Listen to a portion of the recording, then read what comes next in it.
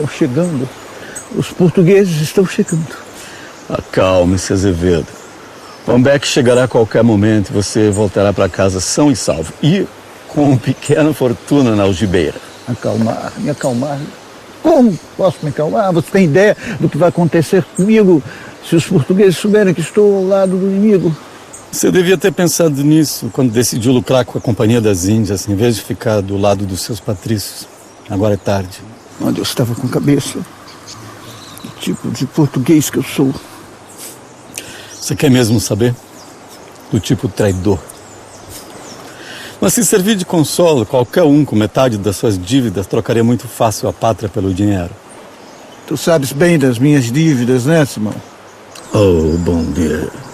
Você fala como se eu gostasse de vê-lo nessa situação.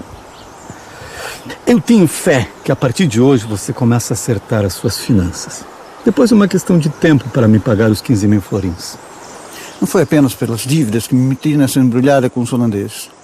Na verdade, eu achava que os portugueses jamais seriam capazes de vencer essa luta. Agora vejo que os holandeses é que não conseguirão vencê-la. Eles estão chegando. Os portugueses estão chegando. Não há o que temer, meu caro. Suas preces foram ouvidas.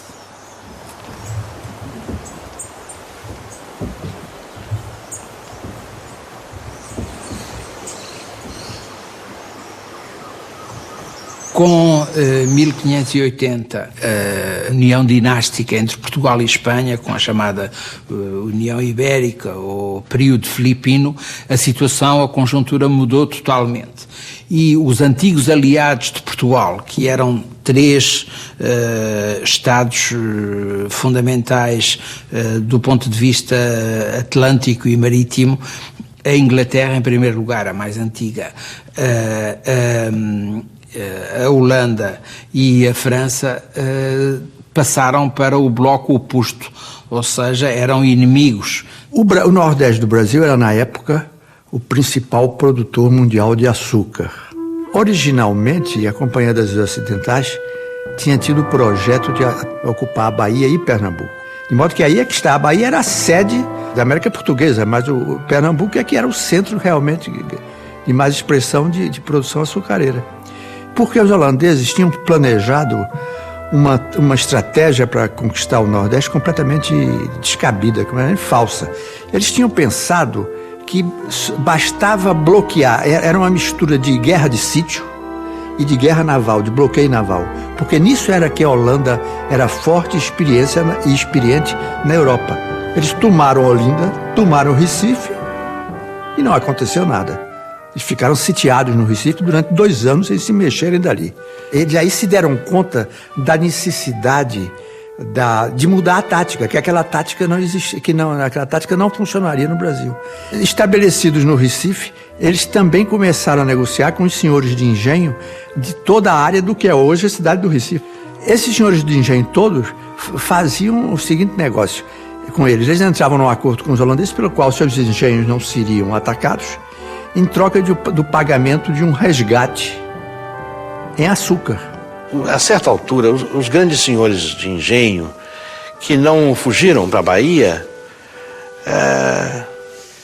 se aliaram aos holandeses. Isso foi um fenômeno mais geral, para que não fossem saqueados, né? E os holandeses ofereciam também garantias, acenavam com crédito fácil, acenavam com tolerância religiosa em relação ao catolicismo. Há um colaboracionismo geral a partir daí.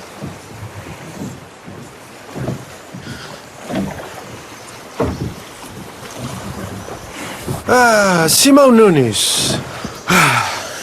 Dom Azevedo, deixa ele apresentar um conterrâneo meu.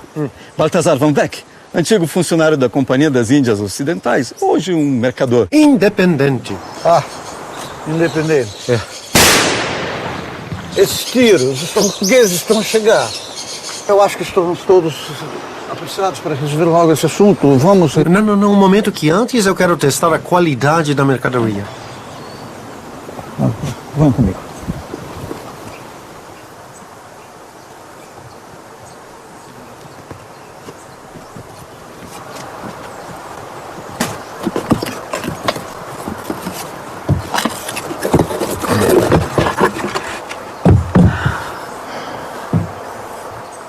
Então, que tal?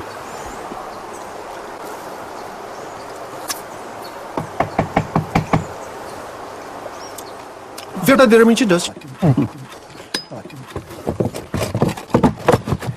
Carreguem a canoa. Muito cuidado para não molhar as caixas. Desculpem, é que o Simão me avisou muito cedo e eu acabei não tendo tempo de forrar as caixas com as folhas de bananeira, como de costume. Esses tiros, eles estão chegando, misericórdia, eles estão chegando. Ah, calme-se, homem. Essas escaramuças se dão léguas daqui. Sim. Mas para mim parece que estão a um tiro de arcabouço. Vejo que nunca esteve num campo de batalha. E vocês viram? Lutei com o exército holandês no ataque às fortificações do Cabo Santo Agostinho. Eu sei que na mata fechada os nossos sentidos são facilmente enganados. Um tiro é dado lá, sentimos que foi cá.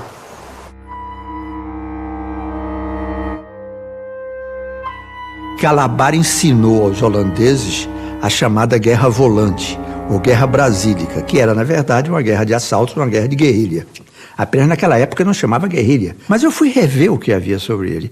E é realmente um negócio que as pessoas não notaram, que, na verdade, o Calabar era, na verdade, um contrabandista. Ele era de Portugal, onde é hoje Alagoas, e ele navegava ali como grumete, como piloto. O fato é que ele tinha um conhecimento do litoral e, sobretudo, das pequenas entradas, do que a gente chamava lá as barretas, pequenos buracos no arrecife que permitiam você, por exemplo, fazer contrabando. Há uma indicação indireta de que ele era contrabandista, que era o fato de que ele teria sido perseguido pelo governo português porque teria dado grande prejuízo à Fazenda Real. Ora, grande prejuízo da Fazenda Real naquela época para um sujeito obscuro de Alagoas só podia ser contrabando, não podia ser outra coisa. Ele fugiu para o norte da Bahia. Ele soube, provavelmente, aqui já é conjectura, que Matilde Albuquerque tinha dado uma espécie de perdão a todos os sujeitos que tivessem sendo procurados pela justiça, com a condição deles lutarem na guerra contra os holandeses. E nisso ele voltou e, por enquanto, ele não foi incomodado. Ele lutou contra os holandeses os 2 primeiros anos de guerra, entre 1630 e 1632. E, de repente, esse homem resolve bandear-se para os holandeses. E essa deserção coincide exatamente com o começo da guerra do uso de guerrilha contra os luso-brasileiros. Mas as fontes holandesas não vão também admitir que um camarada lá do interior, que era mestiço, provavelmente de branco e de africano, tivesse ensinado tática para os holandeses. Eles não iam admitir uma coisa dessa. De modo que eles diziam, não, Calabar ensinou aqui os lugares mais fracos do litoral. Bom, mas quando Calabar foi preso e executado pelos portugueses e pelos brasileiros, ele ainda faltava 2 anos para reconquistar todo o sul de Pernambuco, Alagoas, e levar o domínio holandês até o São Francisco. Isso só foi feito por Nassau, que quando chegou em janeiro de 1637, como governador do Brasil holandês, a primeira coisa que ele fez foi reunir um exército e atacar os restos do exército luso-brasileiro e espanhol que estavam em Portugal, exatamente, onde Calabar também foi executado. E então o exército luso-brasileiro foi caçado por Nassau, foi empurrado por Nassau para o sul do São Francisco. Então Nassau resolveu fazer um Brasil holandês que ele governava entre o São Francisco e o Ceará.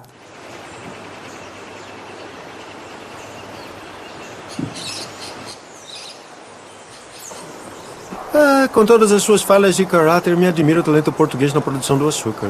Não é tarefa fácil. Eu que eu diga. Por alguns anos eu fui senhor de engenho. Senhor de engenho?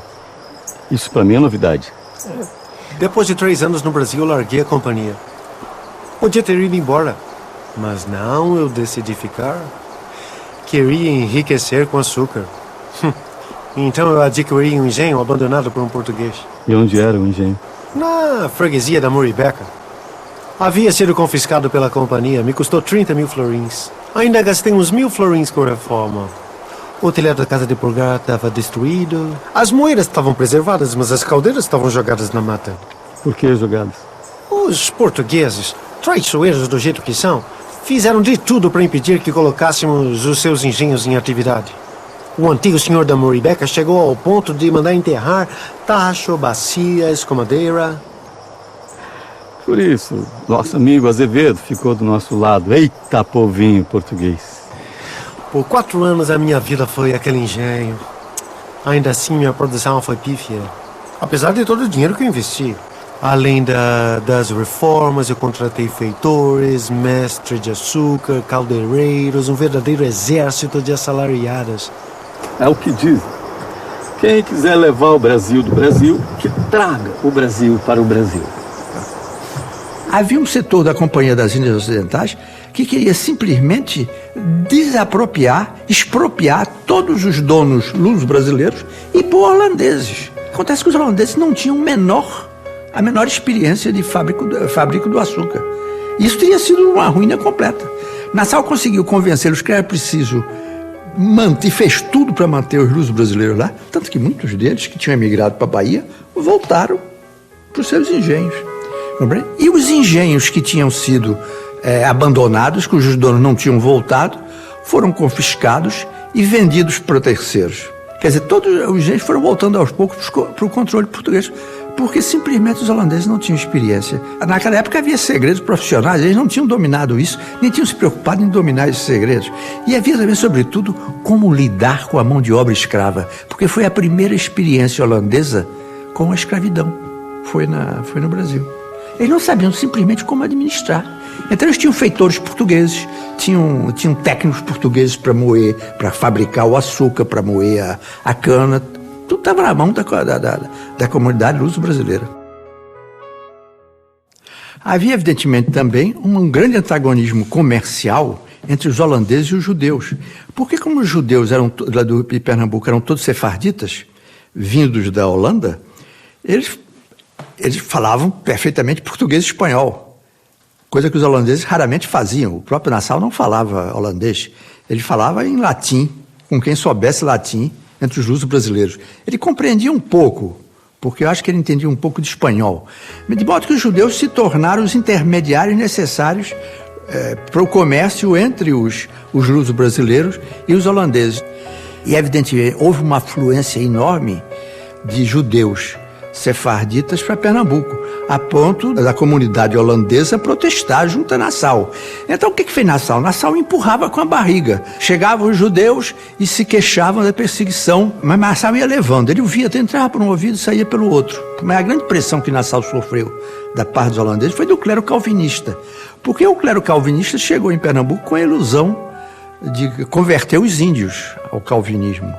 E, evidentemente, não conseguiram. Isso os documentos holandeses dizem claramente, e eles confessam, nós não estamos conseguindo pregar a palavra de Cristo, nem a autêntica palavra de Cristo, nem aos escravos, nem aos índios, nem aos luso-brasileiros, que preferiam que seus filhos ficassem em casa estudando português com a aprender holandês. Então, houve por parte da comunidade luso-brasileira uma contração com tudo o que fosse holandês. O pouco que me restou, investi na escravaria. 50 negras. E o meu feitor ainda achava pouco. Queria que eu comprasse 70. Devias ter ouvido o teu feitor. O serviço do engenho é muito pesado. Sem escravo, não há açúcar. Negros causaram mais prejuízos do que lucros. É impossível conseguir a sua obediência. Isso porque a companhia insiste em trazer para o Brasil os negros de Arda, que são um pouco cabeçudos e difíceis de se adaptar ao trabalho. Os da Guiné são um pouco melhores. São limpinhos, inteligentes, especialmente as mulheres, que são muito boas para o trabalho doméstico. Agora, os melhores mesmo são os da Angola. Os da Angola são caros, mas o investimento vale a pena. Eles são muito bons para os serviços mecânicos. E os mulatos, o que você acha? Os mulatos são os patifes, traidores, mas o pouco de sangue branco que eles carregam nas veias lhes garante algum respeito dos seus senhores. Inferno dos negros, purgatório dos brancos, Paraíso dos mulatos. Este é o Brasil. Este é o Brasil.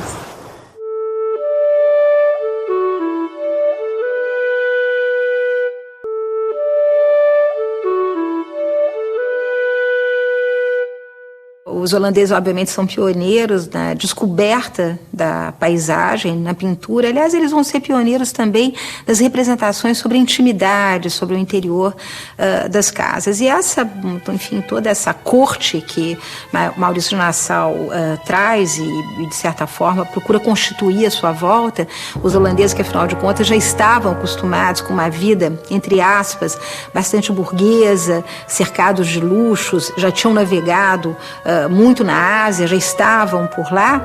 Maurício de Nassau, obviamente, traz esse grupo todo, nós poderíamos chamar intelectual, com pintores, com naturalistas, com astrônomos, né? Justamente para tentar descrever essa paisagem inteiramente nova para aqueles que haviam ficado do outro lado do Atlântico. Então, o que essa paisagem revela? Primeiro, eu diria que um interesse que se coaduna com um certo modismo que havia se instalado na Europa em torno das chamadas raridades. Essa expressão raridade justamente definia tudo aquilo que não estava no cotidiano do europeu. Daí a ênfase muito grande na pintura, por exemplo, de todas as nossas frutas, leguminosas, árvores, animais, muitas vezes até um pouco imaginários, né? Escapam um pouco à sua conformação natural. Quer dizer, é um momento em que o mundo está sendo descoberto. É preciso fazer uma espécie de amplo catálogo, não é? Dessas maravilhas que vão sendo, pouco a pouco, desveladas ao europeu que toma o seu barco e que vai de encontro a esse outro totalmente desconhecido. É preciso informar aqueles que estão na Europa sobre esse outro, sobre esse universo desconhecido. O que é muito interessante e que não escapa à pintura holandesa é a imensidão dos céus do Brasil, né? Essa é uma das características dessa pintura, um azul que nós sabemos que não existe na Europa e essas grandes amplidões que, de certa forma, falam desse continente imenso, desconhecido ainda a ser explorado, a ser apropriado, a ser explorado pelos europeus. De todos os segredos da produção do açúcar, me intriga. Como é que os portugueses conseguem um açúcar tão branco? Isto é responsabilidade dos purgadores. Contrataste um experiente? Não, na verdade, como eu já estava ficando sem recursos, eu coloquei um escravo para realizar a tarefa. Foi um erro muito grave. Tolice! Então o serviço de uma única pessoa faria diferença? Como? Com água e barro. É o quê? O segredo é colocar água e barro sobre o açúcar, sobre os sobetes de açúcar. Água e barro? Sim. Quem que inventou isso? Foi uma galinha. Uma galinha? Sim, uma galinha, é o que dizem. Isso foi na Ilha da Madeira, aí pelos idos dos 1500. O açúcar sempre foi escuro, mas até que um dia uma galinha subiu sobre a produção de açúcar com os pezinhos sujos de barro, um pouco úmidos. E quando saiu, deixou umas pegadas branquinhas. Este é o segredo. Qualquer purgador saberia disso. Se não tivesses economizado, terias açúcar branco. Os portugueses transformaram o primeiro encontro deles com os holandeses, na verdade, numa macro-guerrilha. Eles se emboscaram por trás de um tabocal. O tabocal era cana brava, alta. Você podia, muito mais alta do que um homem, eles podiam se emboscar. Os holandeses vieram pela planície. Quando foram atravessar o rio Tapacurá, se defrontaram na margem do rio com um grupo pequeno de guerrilheiros luso-brasileiros. Pensavam que eram só aqueles. Na verdade, eles tinham sido mandados para atraí-los para a armadilha, porque o grosso da tropa luso-brasileira estava no Tabocal e, sobretudo, na colina lá no alto. Eles caíram na armadilha e foram completamente destroçados. O que o Chico fez? O Chico voltou para o Recife correndo com a tropa e resolveu parar no engenho do Casa Forte, que é um engenho que é um bairro hoje do Recife. E aí foi sitiado pelo exército que tinha acabado de derrotá-lo em Tabocas. E aí eles estiveram dentro da casa grande do engenho, no pátio do engenho e na casa de moagem, na casa de fabrico de açúcar, eles tiveram uma escaramuça violenta que morreu gente que não acabou mais. Inclusive uma boa quantidade de índios que estavam lutando a favor dos holandeses. Então os holandeses recuaram para o Recife. E Pois o Brasil holandês ficou praticamente reduzido a uns poucos barcos entre 1649 até a capitulação final em janeiro de 1654. Ouviste? Ainda acha que estão às léguas daqui? Calma, Azevedo, calma. Em breve estaremos sãos e salvos. Vamos. Passa logo os 8.000 florins. Mas como é covarde o português, eu já disse que essas tropas...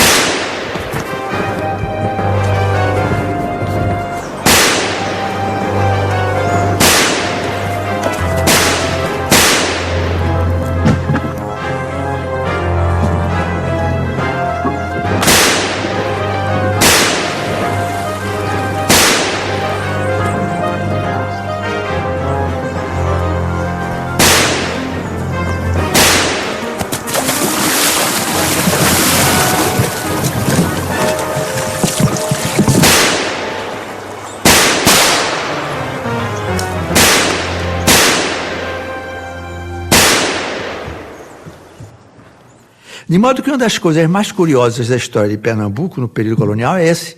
Quer dizer, nós chegamos à independência, para o período da independência, cantando as loas da ocupação holandesa.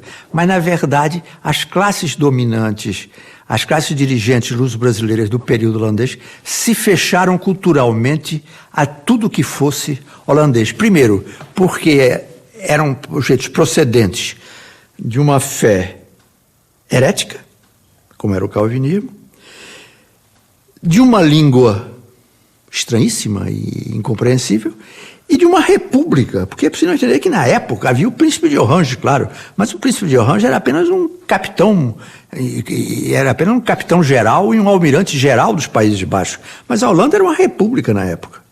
Quer dizer, todo mundo se retirou para seus engenhos, ali você continuou como a viver nos velhos tempos, mas você tinha com o Recife, que era a sede da heresia, você tinha, e do domínio estrangeiro, você tinha o mínimo de contactos possível.